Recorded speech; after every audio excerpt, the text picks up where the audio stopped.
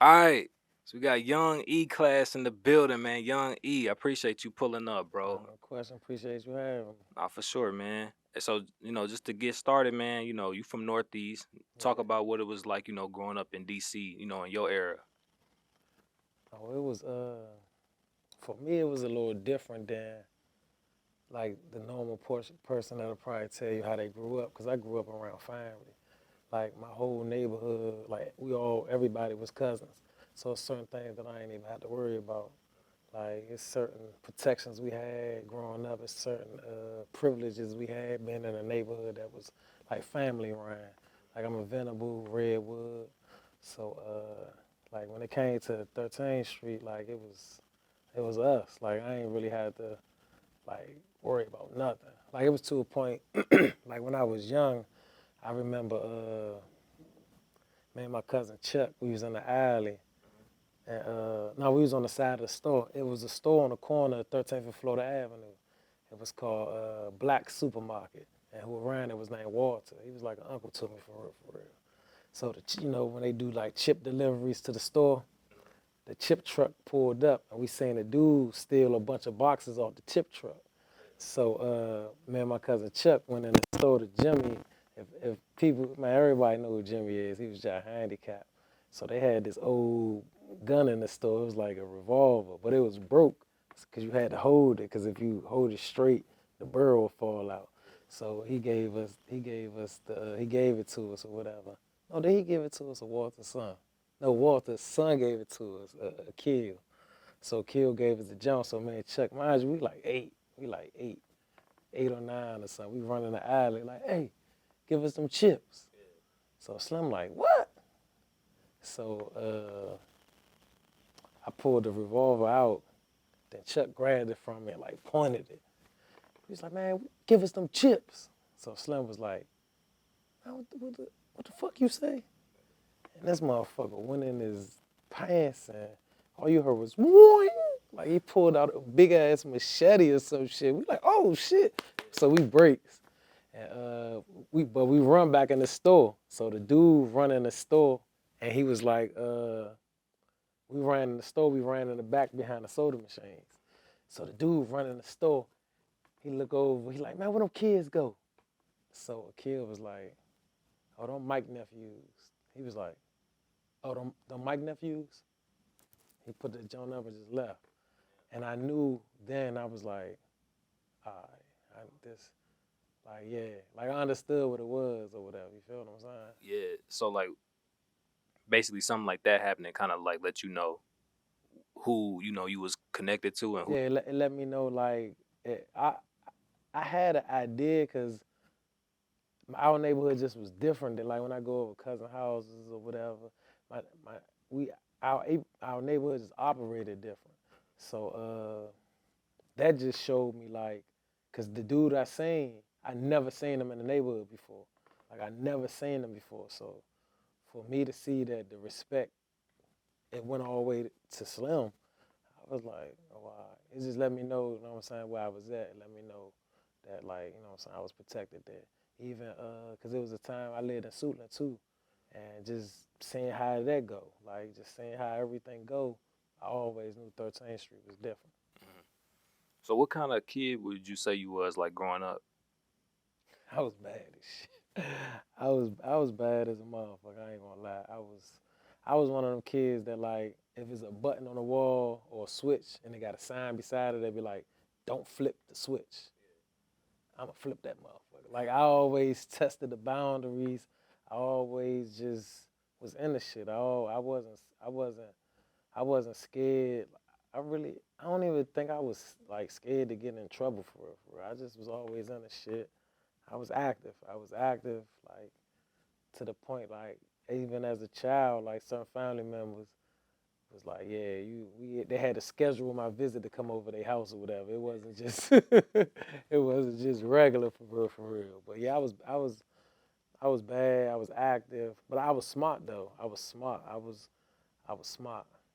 I was a smart kid, but I was bad though. I ain't gonna lie. What were like when you was younger? Like what was your like aspirations like as far as like what you wanted to be when you like, grew up? I wanted to be a football player. Like when I was young, cause we played football in the street. We played football on our street, and our job was always good at football. Then there was a point in time I remember I wanted to be a comedian, cause I thought I was always people always laughed at me, so I thought I was funny. Until I found out comedians write jokes and all that shit. I thought they just get up stage and talk shit. I think them the only two things I ever want. Oh, it was a point in time I wanted to be like a veterinarian because always love animals. So I wanted to, know what I'm saying. But as a kid, I thought it meant just playing with animals. I didn't know I had to go to school and learn the body of an animal and all that shit. But yeah, I ain't really have a lot of like dreams for real. Just you know what I'm saying. I played football. I wanted to be a football player. I like animals. I want to be a veterinarian. Shit like that. You said before that like, or you've listed like Tupac, you know, your older brother, and just like the streets of DC in general as like influences in your life. What did like each one of those things or those people and things like? How did they influence you in their own way? Man, my biggest influence is Pop. Like till this day, for real, for real. It's just the passion. Like I just felt it. Like it wasn't nothing he showed me. It wasn't nothing I seen that Pac did. It wasn't nothing that I heard him say. It's just what I felt from him. Like I felt the passion. Like when whatever he talked about, when he was beefing, the passion he had inside that beef when he was screaming West Coast, the passion he had and screaming it. When he was talking about black people, the passion he had for like that passion. Like I think that's why I'm such a passionate person. Like I feel like whatever you believe in, whatever you stand for, even if it's momentary, is this or is that. That's how I look at it. Anything I approach is this or we dying. That's how I look at shit. And I feel like I got that from him. Would you say like him being like a revolutionary? Did you took a lot of inspiration from that too? Without knowing. Like I didn't at a young age I didn't know, you know what I'm saying, he was a revolutionary. I just that nigga was loud.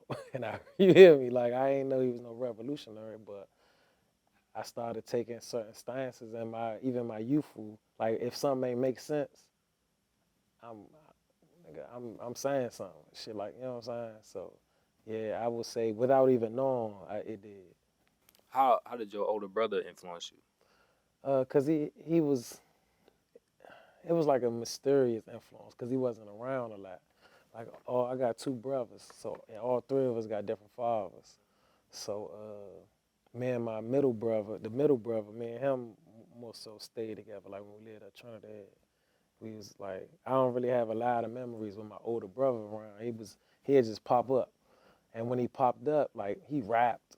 He he looked like DMX and shit. He was, you know what I'm saying? So it's like when he came around, I'm like, damn, that's my big brother. He looked cool as a motherfucker. And I didn't know a lot about him because all us 5 years apart from each other. So he 10 years older than me. Like I'm 5 years from one brother and that brother 5 years from that brother. So the oldest 10 years from me.